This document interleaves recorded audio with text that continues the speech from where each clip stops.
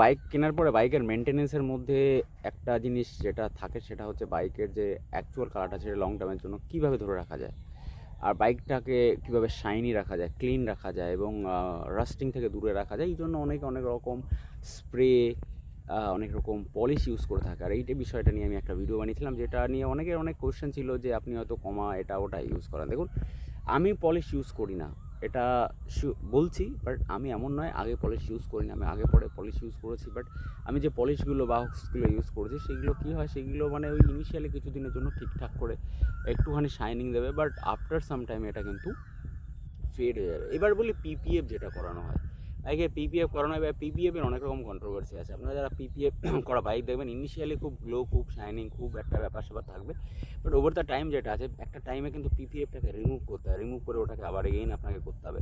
তো তখন কিন্তু বাইকে ড্যামেজ হওয়ার সম্ভাবনা থাকে, বডি পার্ট যেগুলো আছে সেগুলো কিন্তু ড্যামেজ হওয়ার সম্ভাবনা থাকে। সো দেখুন, আমার সাজেশন যেটা আছে, বাইকের যে অ্যাকচুয়াল কালারটা যেটা আছে না, কোম্পানি যেটা করে দিয়েছে ঠিকঠাক করে দিয়েছে, আপনারা শুধু ধ্যান রাখবেন যেন লং টার্মের জন্য কাদা মাটি এগুলো বাইকে না লেগে থাকে, এগুলো পরিষ্কার করে রাখার চেষ্টা করবেন।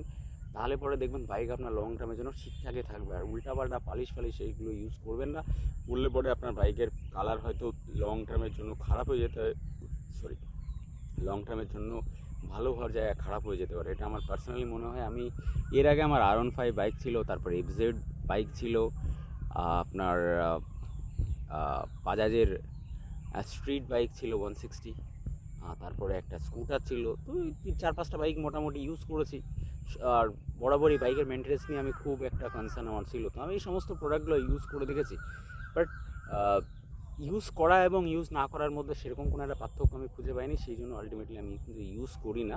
বাট কেউ যদি কোনো ভালো প্রোডাক্ট ইউজ করে ভালো রেজাল্ট পেয়ে থাকে, সে কন্টিনিউ করতে পারে, আমার কোনো প্রবলেম নেই।